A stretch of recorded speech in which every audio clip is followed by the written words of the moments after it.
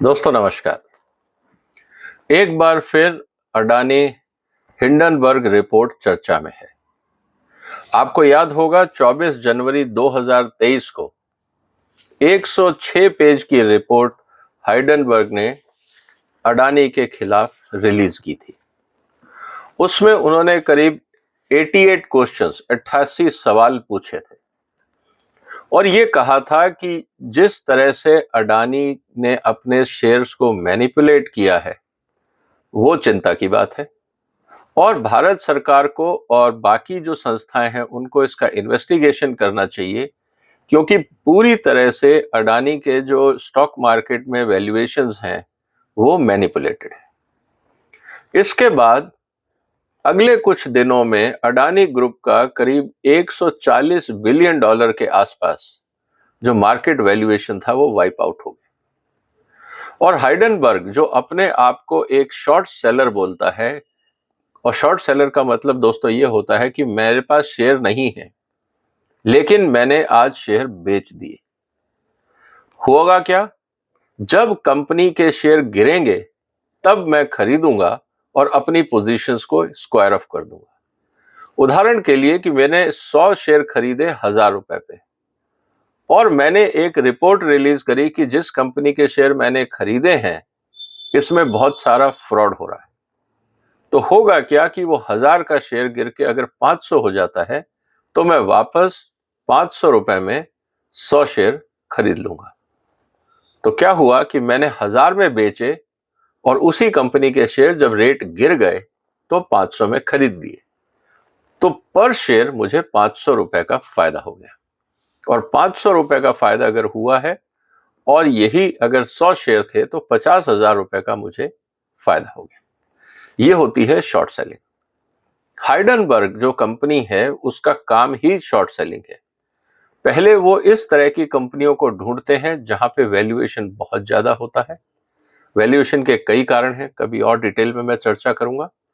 और उसके बाद वो investigation, so called in the name of investigation, या कुछ भी ऐसी रिपोर्ट पेश करते हैं जिससे मार्केट में लोग शेयर्स को बेचना शुरू कर दें और ये सोच के कि इतना ज्यादा वैल्यूएशन अगर है तो कुछ तो गड़बड़ होगी ही।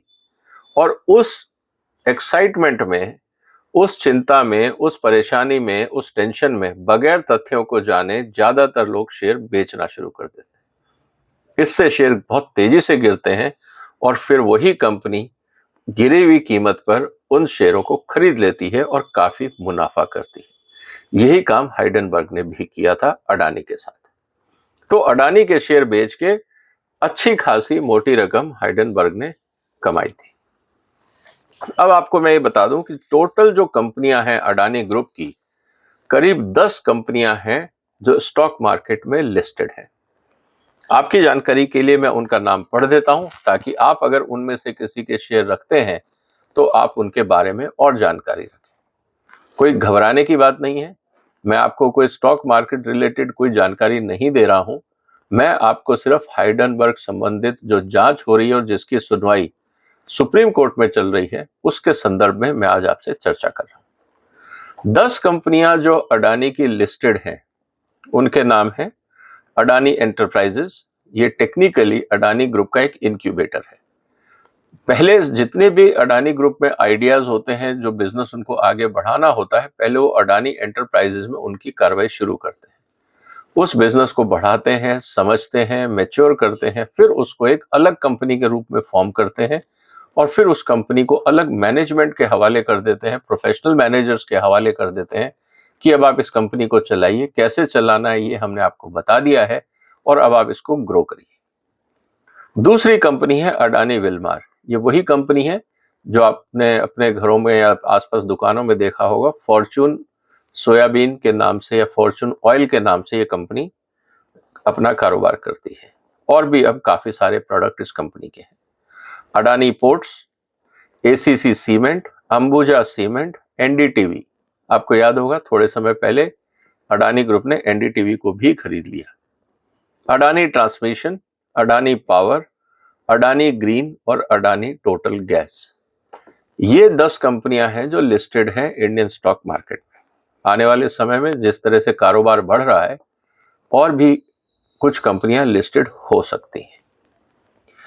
दोस्तों, सवाल इस बात का है कि जब हाइडेनबर्ग की रिपोर्ट आई तो अलग अलग जिन लोगों के पास शेयर्स थे वो कंपनियां उन्होंने बेचनी शुरू कर दी।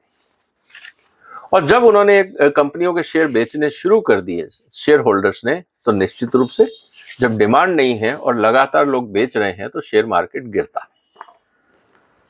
लेकिन उसी समय सुप्रीम कोर्ट में कुछ याचिकाएं दाखिल की गई पब्लिक इंटरेस्ट लिटिगेशन के नाम पे कि साहब ये जो घपला हो रहा है इसकी इन्वेस्टिगेशन होनी चाहिए। उस समय भी दोस्तों डिटेल में मैंने ये कहा था कि इस रिपोर्ट को मैंने पूरा पढ़ा है, 106 पेज की रिपोर्ट है। उस पूरी रिपोर्ट में जो मैंने कहा उसमें 3-4 चीजें इंपॉर्टेंट हैं जिन पे आपको भी गौर करना चाहिए। वो क्यों इंपॉर्टेंट है? क्योंकि वही मुद्दे आज करीब 10 महीने बाद सुप्रीम कोर्ट में वही मुद्दे वापस निकल के आ गए।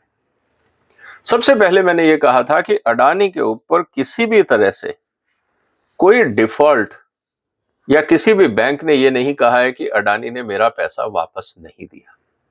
और अगर आप अडानी की जितनी भी कंपनी है, अगर आप उनकी बैलेंस शीट उठा के देखें तो सब में प्रॉफिट है। तो जब बात आती है प्रॉफिटेबिलिटी की और किसी भी बैंक के लिए कोई डिफॉल्ट नहीं किया, मतलब जितना भी पैसा लिया, आपको याद होगा बहुत बार कहा गया कि अडानी ने बैंकों से बहुत पैसा ले लिया और अडानी डूब गया तो बैंक डूब जाएंगे।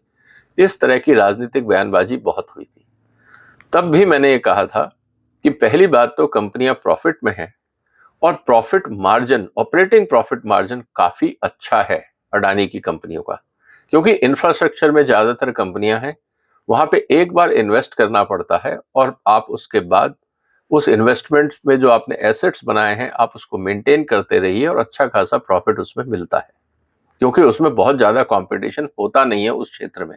उदाहरण के लिए पोर्ट बनाना आसान नहीं है। ऐसा नहीं है कि हर छोटा बड़ा व्यापारी पोर्ट बना लेगा। पोर्ट बनाने में बहुत इन्वेस्टमेंट चाहिए और मैनेजमेंट, और दुनिया भर में उस पोर्ट की ख्याति हो, लोग उसको इस्तेमाल करना चाहें, लोगों को भरोसा हो, ये सब करने में बहुत टाइम लगता है, बहुत मेहनत लगती है, बहुत पैसा लगता है। तो अगर बैंकों ने लोन दिया है अडानी ग्रुप को और उनको लगातार इंटरेस्ट मिल रहा है और उनके डिफॉल्ट नहीं हुए हैं, तो अडानी से उनको कोई एतराज नहीं है। और जब तक किसी बैंक ने ये नहीं कहा कि उनके पैसे डूब गए, तब तक किसी भी रूप में अडानी के ऊपर इस तरह के आरोप बगैर तथ्यों को सामने रखे लगाना कि कंपनियां गड़बड़ हैं, ये उचित नहीं लगता है।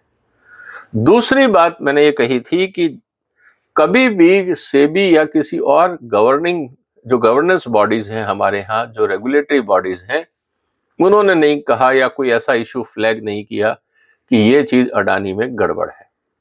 तो अचानक ओवरनाइट हाइडेनबर्ग को ये कैसे पता लग गया कि हर चीज गड़बड़ है? भारत के रेगुलेटर्स को तो पता नहीं लगा, शेयर होल्डर्स को पता नहीं लगा। हर म्यूचुअल फंड के पास और हर इन्वेस्टमेंट ऑर्गेनाइजेशन के पास, चाहे वो मल्टीनेशनल्स हो चाहे वो इंडियन हो, उन सब के पास अपनी अपनी रिसर्च ऑर्गेनाइजेशन होती है, अपनी अपनी रिसर्च टीम होती है। उनको भी पता नहीं लगा कि अडानी में क्या गड़बड़ हो रही है। एकमात्र हाइडेनबर्ग को दुनिया में पता लगा है कि अडानी में क्या गड़बड़ हो रही है। ये भी एक संदेह पैदा करता था कि क्या ये रिपोर्ट वास्तव में तथ्यों पर आधारित है या न्यूज़पेपर कटिंग्स को कंपाइल करके और एक सेंसेशन क्रिएट करने की कोशिश की गई। ये बात हमें याद रखनी पड़ेगी, क्योंकि जैसे ही हम आगे बढ़ेंगे इस पूरे मुद्दे पे तो ये इंपॉर्टेंट इंफॉर्मेशन आपको कोरिलेट करके समझ में आएगी। और तीसरा मुद्दा है कॉर्पोरेट गवर्नेंस को लेके। कॉर्पोरेट गवर्नेंस का मतलब ये है कि क्या अडानी ने बहुत सारे कानूनों को तोड़फोड़ की, कानूनों के हिसाब से कंपनियां नहीं चलाई? अगर ऐसा है तो मिनिस्ट्री ऑफ कॉर्पोरेट अफेयर्स को ये देखना चाहिए, सेबी को देखना चाहिए, शेयर होल्डर्स को और जो उनके ऑडिटर्स हैं उनको ये बात हाईलाइट करनी चाहिए। क्या ऐसा हुआ? क्या अडानी की जो 10 की 10 कंपनियां हैं, क्या इसमें कहीं किसी शेयर होल्डर ने या किसी ऑडिटर ने इस बात को हाईलाइट किया कि कंपनी में गवर्नेंस प्रॉब्लम्स हैं? ऐसा भी कुछ देखने को नहीं मिला। तो दोस्तों, ये थी उस समय की स्थिति जब हाइडेनबर्ग की रिपोर्ट आई थी। लेकिन जैसा मैंने कहा कि सुप्रीम कोर्ट में काफी सारे केस दाखिल हुए कि भाई बहुत बड़ा घपला हो रहा है, और सुप्रीम कोर्ट को उसमें इंटरवीन करना चाहिए, क्योंकि जब मुद्दा केस कोर्ट में जाता है और इस तरह के भयंकर उथल पुथल बाजार में होती है, तो निश्चित रूप से सच्चाई क्या है ये जानने का हक जनता को भी है, सरकार को भी है। और अगर कोई कोर्ट जाता है और न्याय मांगने की गुहार लगाता है तो कोर्ट भी उसमें इंटरवीन करता है। इसीलिए चीफ जस्टिस ऑफ इंडिया ने एक कमेटी बनाई जो रिटायर्ड चीफ जस्टिस थे AM सप्रू, उनके तहत, और उसमें उन्होंने कई लोगों को रखा जो अपने अपने डोमेन के एक्सपर्ट थे। उनको रिपोर्ट देनी थी। जो लोग थे उसमें मैं आपको नाम बता देता हूं, जो मेंबर्स थे कमेटी के: OP भट्ट, SBI के पुराने chairman, JP Deodhar, justice JP Deodhar जो हाई कोर्ट के जज थे, KV कामत जो पहले ICICI बैंक के चेयरमैन रहे हैं, नंदन निलेकनी जो इन्फोसिस के को फाउंडर रहे हैं और जिन्होंने आधार पे काफी काम किया है, और सीनियर एडवोकेट सोमाशेखर सुंदरेशन, ये भी फाइनेंशियल मैटर्स में काफी काम करते हैं, और इनको भी उस कमेटी में रखा गया था। ये सब होने के बाद जब ये मुद्दा सामने आया तो सरकार ने सेबी को कहा और सुप्रीम कोर्ट ने भी सेबी को कहा कि आप अपने लेवल पे भी इन्वेस्टिगेशन करिए और ये कमेटी भी इन्वेस्टिगेट करेगी। जब ये कमेटी बनी तो इनको 4 सवाल दिए गए और ये कहा गया कि आप इन पे इन्वेस्टिगेट करिए। पहला, to provide an overall assessment of the situation including relevant causal factors that have led to the volatility in the security market in the recent past. कि जो हाइडेनबर्ग रिपोर्ट आई और उसमें जो इस तरह का बाजार में उथल पुथल हुआ उसके क्या कारण थे, इस पे जरा आप जानकारी दीजिए। To suggest measure to strengthen investor awareness. तब भी मैंने ये कहा था कि अडानी के शेयर का जो PE रेशो था वो 700, 800, 1000 तक चल रहा था, जो अपने आप में काफी ज्यादा इन्फ्लेटेड था, इसमें कोई शक नहीं। लेकिन इतने इन्फ्लेटेड शेयर्स कौन खरीदेगा? वो तो कोई नहीं खरीदेगा जिसको समझ है कि स्टॉक मार्केट कैसे चलता है। शायद अज्ञानी लोग या जिनको स्टॉक मार्केट के बारे में समझ नहीं है, या फिर सट्टे बाजार के लोग जो सिर्फ सट्टा खेलने के लिए खरीदते बेचते हैं, जिनको इन्वेस्टमेंट से मतलब नहीं है, शायद वो लोग इस तरह के शेयर खरीदते हैं। यहां पे मैं आपको एक बात और कहना चाहता हूं। बहुत सारे शेयर अडानी के 70, 75, 35 रुपए, 125, 150, 200 रुपए के थे, जो बढ़ के 2000, 3000, 4000 तक भी पहुंचे थे। इसमें अडानी की गलती है या इसमें उन लोगों की गलती है जो बिना सोचे समझे शेयर खरीदते हैं और बेचते हैं? मैंने भी खरीदे थे अडानी के शेयर, लेकिन मैंने इतने इन्फ्लेटेड रेट पे नहीं खरीदे थे। जब वैल्यूएशन जस्टिफाइड थी, जब मेरा अपना असेसमेंट कहता था कि शेयर्स ठीक हैं, मैंने खरीदे और आज भी रखे हुए हैं। कहने का मतलब ये है कि अगर आप स्टॉक मार्केट में उतरना चाहते हैं तो पहले सीखिए, समझिए। टिप्स पे और सट्टेबाजी के दौर में, या जिस तरह से हम फ्यूचर्स ऑप्शंस में करने लग जाते हैं क्विक गेन के लिए, ये बहुत खतरनाक है। सोच समझ के करिए, पैसा आपका है। आगे बढ़ते हैं। To investigate whether there has been a regulatory failure in dealing with allegations contravention of the laws pertinent to the security market in relation to Adani group companies. क्या किसी तरह के कानूनों के साथ छेड़खानी की गई, या कानूनों को साइडलाइन करके अडानी ने किसी तरह का ऐसा काम किया जिसके कारण ये सब हुआ? इसकी जांच भी कमेटी को करनी है। और साथ ही ये कहा गया कि to suggest measures to strengthen the statutory and regulatory framework and secure compliance with the existing framework for protection of investor. कि क्या कोई सुधार की जरूरत है कानूनों में, सिस्टम्स में, वो बताएं। और इन्वेस्टर्स का इंटरेस्ट कैसे प्रोटेक्ट हो, इसके बारे में भी बताएं। ये मैंडेट दिया गया था कमेटी को। और जब कमेटी को ये कहा गया तो उस समय इशू ये निकल के आया कि इन पूरी प्रक्रिया, और सेबी को कहा गया कि 7 और मुद्दे हैं जिन पे आपको कार्रवाई करनी है, जिसमें एक रिलेटेड पार्टी ट्रांजैक्शंस का मुद्दा था, उसके अलावा स्टॉक मैनिपुलेशन का मुद्दा था, और साथ ही साथ जो बातें कही गई कि आपने जो कानून है सिक्योरिटी कॉन्ट्रैक्ट्स रेगुलेशन एक्ट, क्या उसमें किसी तरह का वायलेशन हुआ। और उसके अलावा भारत के कानून में कहा गया है कि कोई भी लिस्टेड कंपनी है तो उसका 25% शेयर पब्लिक डोमेन में होना चाहिए। क्या इस कानून का भी क्या अडानी ने वायलेशन किया? ये सब 7 मुद्दे थे जिनको लेके सुप्रीम कोर्ट ने अपनी ऑब्जर्वेशंस दी थी और कमेटीज को कहा था कि आप जवाब दीजिए। ये थी अभी तक का इतिहास। अब सुप्रीम कोर्ट में क्या हुआ? सुप्रीम कोर्ट में बहुत इंटरेस्टिंग डेवलपमेंट ये हुआ दोस्तों कि ये कहा गया कि सर अडानी के ऊपर अभी तक कोई कार्रवाई नहीं हुई है और हाइडेनबर्ग ने जो रिपोर्ट दी थी उसको लेके कोई कार्रवाई क्यों नहीं हो रही है। इस पे सुप्रीम कोर्ट ने बड़ी इंटरेस्टिंग बात कही। उन्होंने कहा कि हम कैसे मान लें कि सुप्रीम जो हाइडेनबर्ग रिपोर्ट है वो सही? आप प्रूफ तो दीजिए, आप एविडेंस तो दीजिए। हम कैसे मान लें कि हाइडेनबर्ग रिपोर्ट सही है और उसके आधार पे हम इन्वेस्टिगेशंस और कार्रवाइयां शुरू कर दें? प्रूफ क्यों नहीं दिया जा रहा है? इसको लेके अजीब सी स्थिति हो गई कि प्रूफ कौन देगा? जो एनजीओज या जो लोग जिन्होंने केस किए वो, या वो कहीं और से मिले? तो जब सेबी से ये पूछा गया कि भाई आप बताइए कि क्या स्टेटस है जो हमने आपको कमेटी में कहा गया, तो उन्होंने कहा कि हमने इस तरह के 24 जो सस्पेक्टेड ट्रांजैक्शंस थी उनको हमने ट्रैक डाउन किया है, जिसमें से 22 का इन्वेस्टिगेशन हो चुका है, उस पर आगे की कार्रवाई चल रही है, और 2 इन्वेस्टिगेशंस जो 2 केसेस हैं वो बाकी हैं। हम उस पर कार्रवाई इसलिए नहीं कर पा रहे क्योंकि उसकी जानकारी हमें विदेशी संस्थाओं से लेनी है। जब उन्होंने कहा कि हमें विदेशी संस्थाओं से लेनी है, तो उन्होंने कहा कि विदेशी संस्थाएं जो हैं जिनको हमें जानकारी देनी है उन्होंने जानकारी देने से मना कर दिया। इस पे जो तुषार मेहता साहब है सॉलिसिटर जनरल, उन्होंने एक बड़ी इंटरेस्टिंग बात कही। उन्होंने कहा कि जब हमने organize crime and corruption reporting project, जो एक इस तरह का ग्रुप अमेरिका में चल रहा है, और इंटरेस्टिंग बात, इस ग्रुप के पीछे कौन है?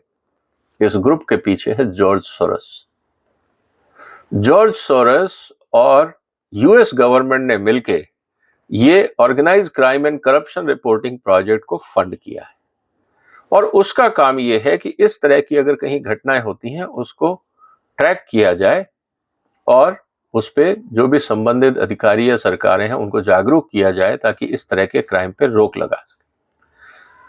तो ये जब एसजी ने ये कहा तो उन्होंने कहा कि साहब, जब हमने उनसे इंफॉर्मेशन मांगी तो उन्होंने कहा कि ये रिपोर्ट ऑलरेडी हमने लोकल एनजीओ को दे दी है और हम आपको सोर्स ऑफ इंफॉर्मेशन डिस्क्लोज नहीं करते हैं। इसका मतलब अमेरिकन गवर्नमेंट और जॉर्ज सोरोस ने वो भारत की किसी एनजीओ को रिपोर्ट दे दी है, लेकिन हम सोर्स नहीं बताएंगे। जब ये बात आगे चली और जब चीफ जस्टिस ने ये कहा कि देखिए, आप इस तरह की जो पिटिशनर्स थे उनकी तरफ से, जो प्रशांत भूषण जो केस लड़ रहे थे, उनको कहा कि देखिए, बगैर तथ्यों के आधार पे आप एलिगेशन ना लगाएं। तो कई बहसें हुई, लेकिन एक इंटरेस्टिंग बात और आई कि उसमें एसजी ने फिर ये कहा कि जब हमने जानकारी मांगी गई कि वो कौन एनजीओ है, तो पता लगा वो एनजीओ है which is NGO operated by mister Prashant Bhushan. वो एनजीओ प्रशांत भूषण की है जो यहाँ पे केस लड़ रहा है।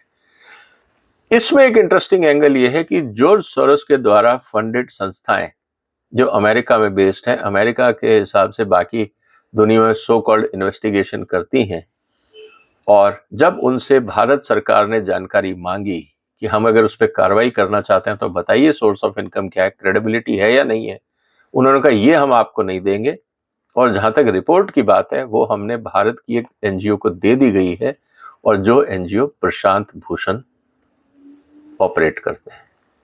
अब आप समझ लीजिए दोस्तों कि पूरा का पूरा जो इन्वेस्टिगेशन है वो सारी जानकारी एनजीओज के पास है, लेकिन भारत सरकार के पास नहीं, और एनजीओज सोर्स बताने को तैयार नहीं। तो अब ये कैसे पता लगे कि वो जानकारी सही है या गलत? अब ये एक इंटरेस्टिंग चीज सामने आ गई। अपने तथ्यों को रखने के लिए प्रशांत भूषण ने बहुत सारे आर्ग्यूमेंट किए।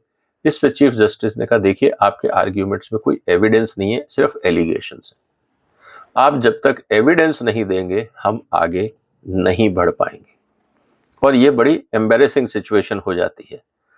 तब ये बात सामने आई कि भाई ये एविडेंस बनाता कौन है? आफ्टर ऑल रिपोर्ट तो हाइडेनबर्ग ने बनाई, उसको कैसे मान ले वो सही है?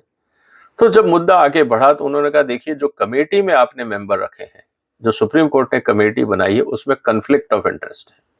आपने सेबी के एसबीआई के चेयरमैन को रखा। एसबीआई और अडानी के बीच में बहुत पुराना फाइनेंशियल ट्रांजैक्शन है।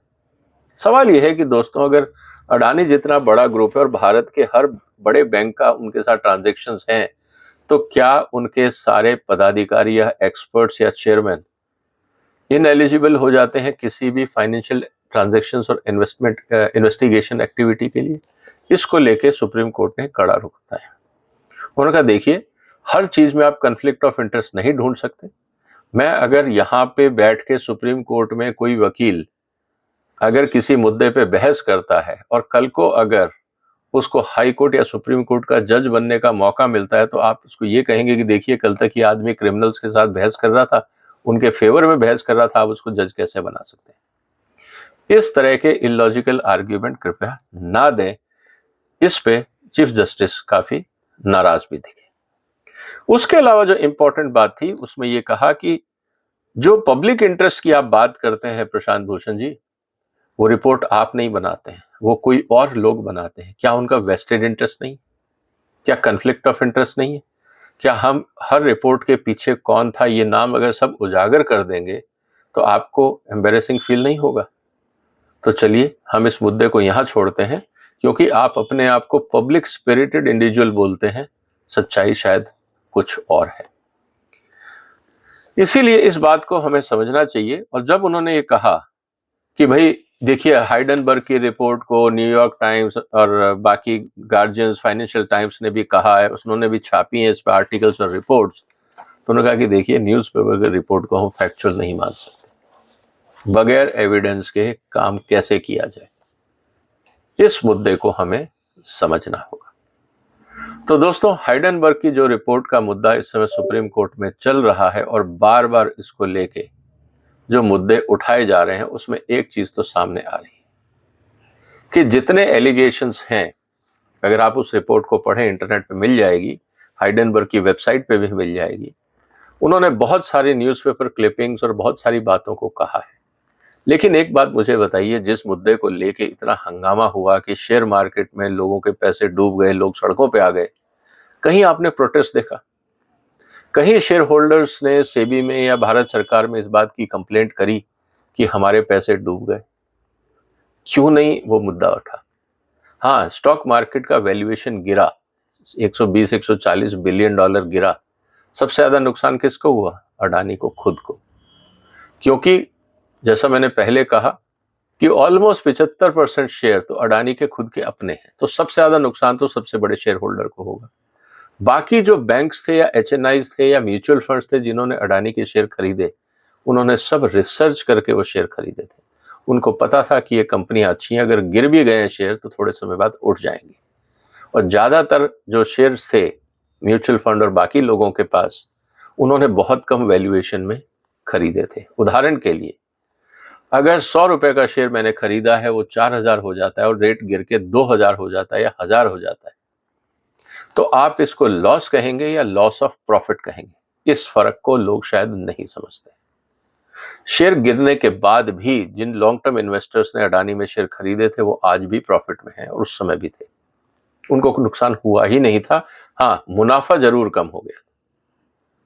लेकिन लोग इस बात को नहीं समझते हैं कि शेयर मार्केट की जो वैल्यूएशन होती है, वो तब तक आपके हाथ में कैश नहीं होता है जब तक आप उसको एनकैश नहीं कराते। इसीलिए ये कहना कि शेयर में लोगों का बहुत नुकसान हो गया, ये उन्हीं का हुआ जिन्होंने गलत प्राइस पे शेयर खरीदे। उनको शेयर खरीदने ही नहीं चाहिए थे अगर स्टॉक मार्केट की समझ थी, क्योंकि 700, 800, 900 की पीई के शेयर्स कोई सेंसिबल इन्वेस्टर्स नहीं खरीदता है, और अगर खरीदेगा तो बहुत लॉन्ग टर्म का सोच के करेगा। उसको 1-2 साल या 1-2 घटनाओं से कोई फर्क नहीं पड़ता। वो फंडामेंटल्स देख के खरीदता है, वो टेक्निकल एनालिसिस नहीं देखता है ज्यादातर। इस बात को हमें समझना पड़ेगा। तो दोस्तों, बड़े इंटरेस्टिंग डेवलपमेंट्स हैं। आने वाले दिनों में देखते हैं कि सेबी के जो 22 केसेस उन्होंने सॉल्व किए हैं, वो किस तरह से आगे मुद्दा बढ़ता है। बहुत सारी जानकारी पब्लिक डोमेन में आएगी, लेकिन इस सब से आपको और हमको जो सीखने को मिलता है वो एक ही चीज है, स्टॉक मार्केट को पहले समझे और फिर निवेश करें। सट्टेबाजी के चक्कर में, ओवरनाइट अमीर बनने के चक्कर में, टिप्स के बेस पे, और ये जो आजकल आपको बहुत सारे ऐड दिख रहे हैं फ्यूचर्स ऑप्शंस को लेके, इन सब से दूर रहें अगर आपको पैसा बचाना है, क्योंकि 99% लोग फ्यूचर ऑप्शंस में नुकसान ही उठाते हैं। ये रिसर्च इन्वेस्टिगेशंस बहुत क्लियर बताती हैं कि लोग सट्टेबाजी में अगर फंसेंगे तो कभी कुछ नहीं कमा पाएंगे। फिर आप बाजार को दोष देंगे, स्टॉक एक्सचेंज को दोष देंगे, रेगुलेटर को दोष देंगे, सरकार को दोष देंगे, सबको दोष देंगे, लेकिन आपने गलत कदम उठाया, आप अपने आप को दोष क्यों नहीं देते? सवाल इस बात का। तो दोस्तों, अगर आपको लगता है कि स्टॉक मार्केट या फाइनेंशियल मार्केट्स को लेके आपको और जानकारी चाहिए तो कमेंट बॉक्स में ज़रूर लिखिएगा, क्योंकि आने वाले दिनों में मुझे लगता है कि हमें बहुत सीरियसली फाइनेंशियल इश्यूज पे चर्चा शुरू करनी चाहिए, ताकि आप लोगों का पैसा और जो हमारे साथी लोग ये प्रोग्राम देखते हैं उनका नुकसान ना हो। आपने वक्त निकाला, आपका धन्यवाद। फिर मुलाकात होगी एक और महत्वपूर्ण मुद्दे के साथ। तब तक वंदे मातरम।